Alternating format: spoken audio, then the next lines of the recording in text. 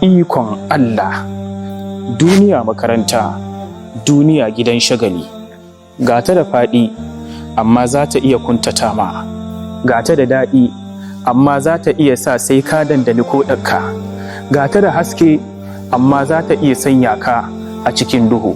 Duniyan kenan ba ta da tabbas, wata ran ta samu yi dariya, wata ran ta samu yi kuka, wata ran ta samu yi sama, wata ran ta samu yi ƙasa.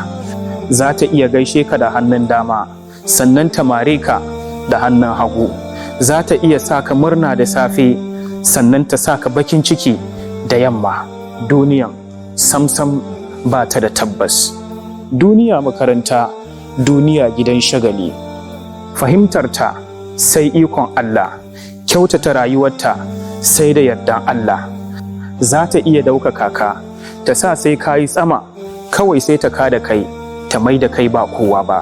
Za ta iya sanya ka gaba, ta sa kowa na yin ka, sai ka yi nesa, kawai sai ta janye maka, ta sa ana yi ba da kai ba.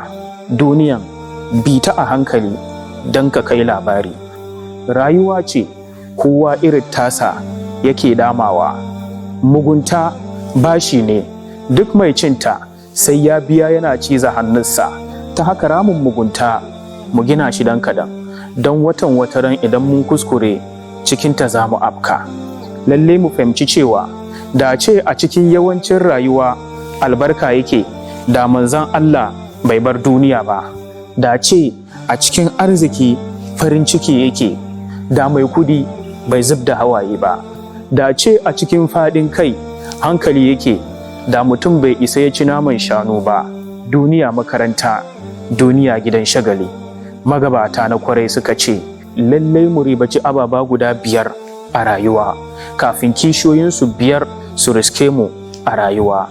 Lallai mu ribaci damanmu gabanin shagalanmu, arzikinmu kafin talaucinmu, lafiyanmu gabanin ciwonmu, ƙuruciyarmu gabanin sufanmu, rayuwarmu gabanin mutuwanmu.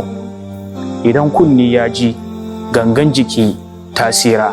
Ni ne naku Li Hambal. Salamu alaikum.